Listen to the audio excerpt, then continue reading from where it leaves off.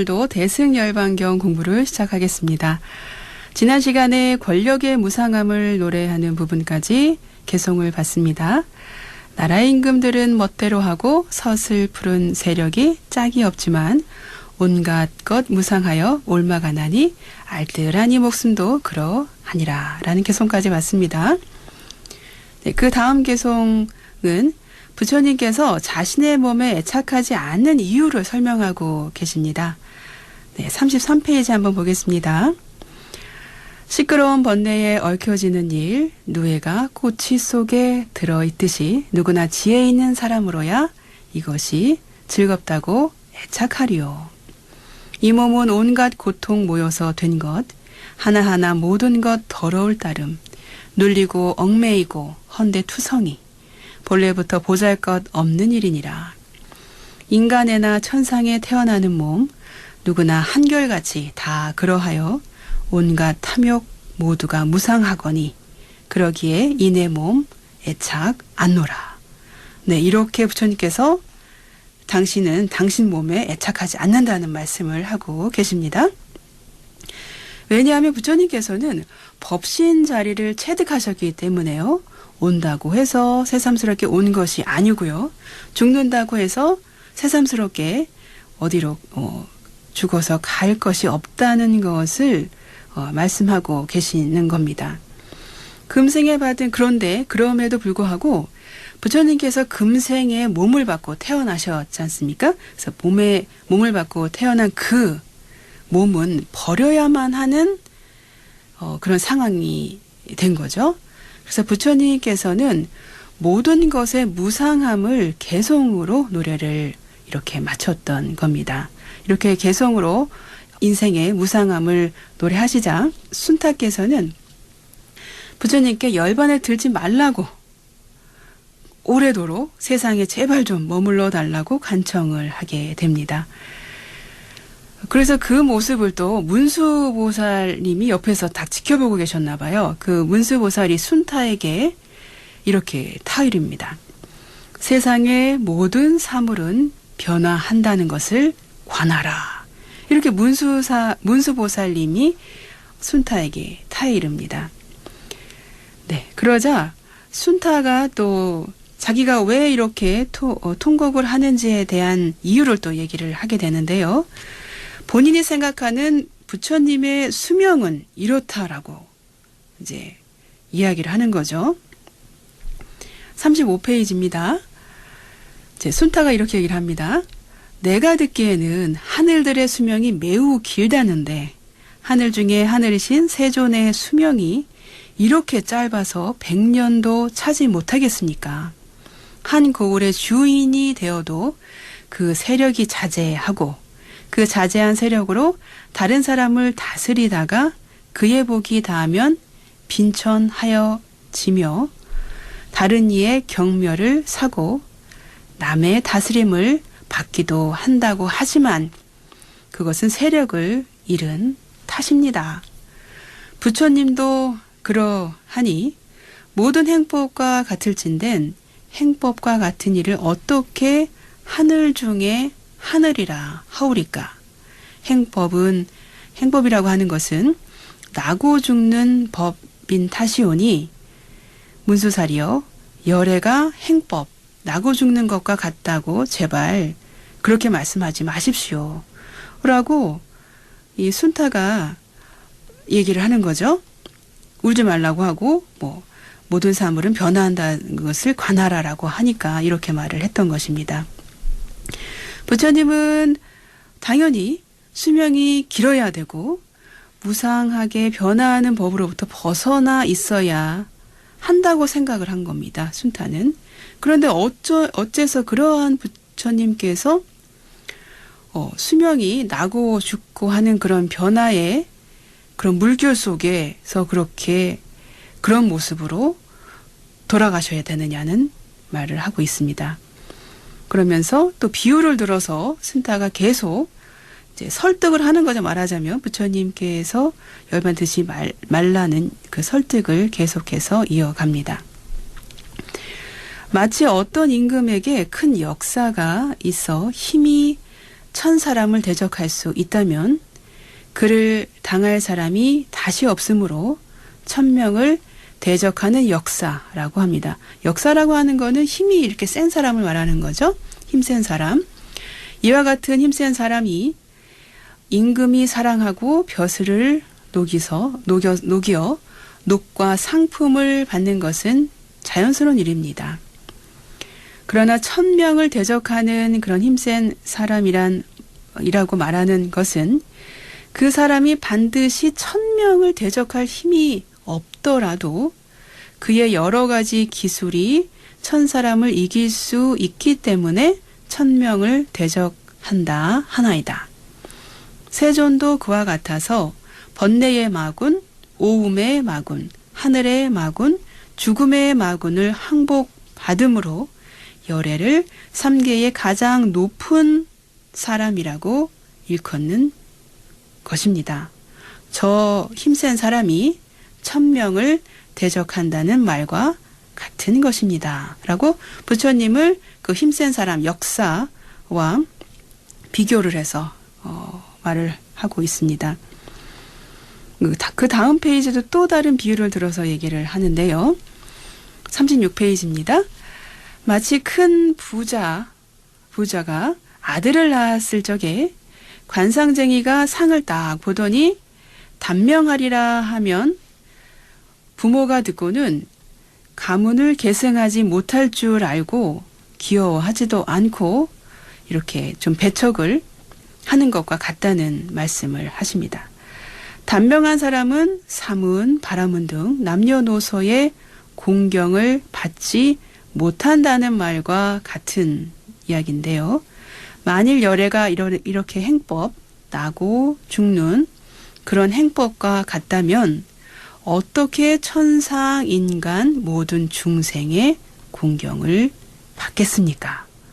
라고 또 한 번 비유를 들어서 설득을 합니다. 계속해서 순타는 이제 여기가 순타품이지 않습니까? 순타품이라서 순타가 계속해서 부처님께 오래오래 머물러 주십사 하면서 계속 이야기를 하는 품입니다. 또 다른 비유를 드는데요. 순타가 이렇게 이야기를 합니다.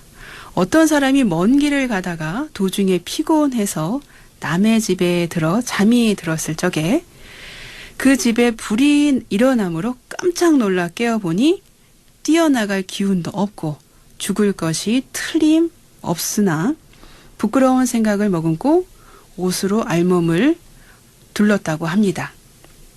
둘러도 불탄 집에서 목숨을 마치고 나서는 도리천에 태어나고 그 뒤부터는 80번이나 대범천왕이 됐고 백천대가 되도록 인간에 태어나서 전륜왕이 또 되었고요. 이 사람이 다시는 나쁜 갈래에 나지 아니하고 항상 안락한 곳에 난 것과 같습니다. 이런 비유를 또 들고 있습니다. 이런 어려움을 당했지만 좋은 곳에 태어나서 그 이후에는 계속 좋은 몸을 받았다라고 하는 그런 이야기를 하고 있는 것 같습니다. 근데 문수사리 법왕자는 순타의 말에 감탄을 하게 됩니다. 그러면서 훌륭하고 훌륭하다 선남자여. 그대는 지금 장수할 인연을 짓고 열애가 항상 머무는 법이며 변하지 않는 법이며 함이 없는 법임을 자세하게 알았다. 순타여, 마지막 공양을 부처님과 스님들에게 올리려거든 많거나 적거나 만족하거나 만족하지 못하더라도 시기를 놓치지 말고 빨리 베풀거라. 부처님께서는 지금 곧 열반에 드실 것이다. 라고 이렇게 문수사리 법왕자께서 순타에게 이야기를 했습니다. 문수보살은 부처님께서 이렇게 열반에 곧 드실 것이니 공양을 올리라고 재촉을 이제 하게 되죠. 그러자 순타는 또 이렇게 얘기를 합니다. 부처님은 법신이시기 때문에 이 같은 공양으로 잡식하지 않는다라고 말씀을 올리게 됩니다. 그 말을 듣고 문수보살은 순타가 큰 지혜를 이루었으며 대승의 경지에 잘 들어갔다고 인정을 해줍니다. 그러면서 부처님께서 순타를 좋아할 것이라고 말을 하게 됩니다. 그 전까지는 막 문수사리 보살이 순타를 꾸짖고 타이르고 이랬는데 지금 앞에서 여러 비유를 통해서 말씀하시는 것을 보고 지금은 아주 순타를 칭찬하면서 부처님께서 아주 좋아할 것이라고 이렇게 얘기를 합니다.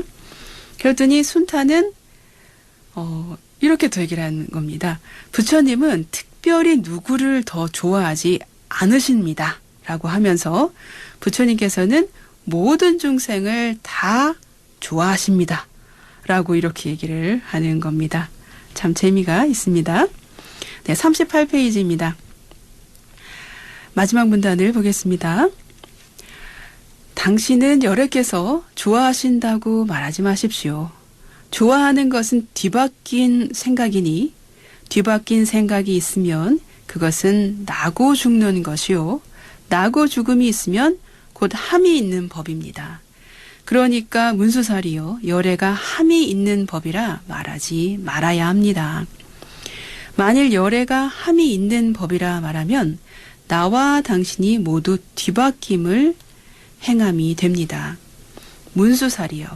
열애는 사랑하여 염려함은 없나니 사랑하여 염려한다 함은 저 어미소가 새끼를 사랑하여 염려함으로 비록 돌아다니면서 꿀과 물을 찾아 다니다가도 넉넉하건 넉넉하지 못하건 간에 호련히 다시 새끼 소에게 돌아온다는 얘기죠.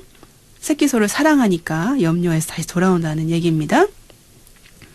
하지만 부처님은 이렇게 사랑한다는 그런 마음이 없고 사랑한다는 마음이 없기 때문에 염려하는 마음도 없다고 말씀을 하십니다.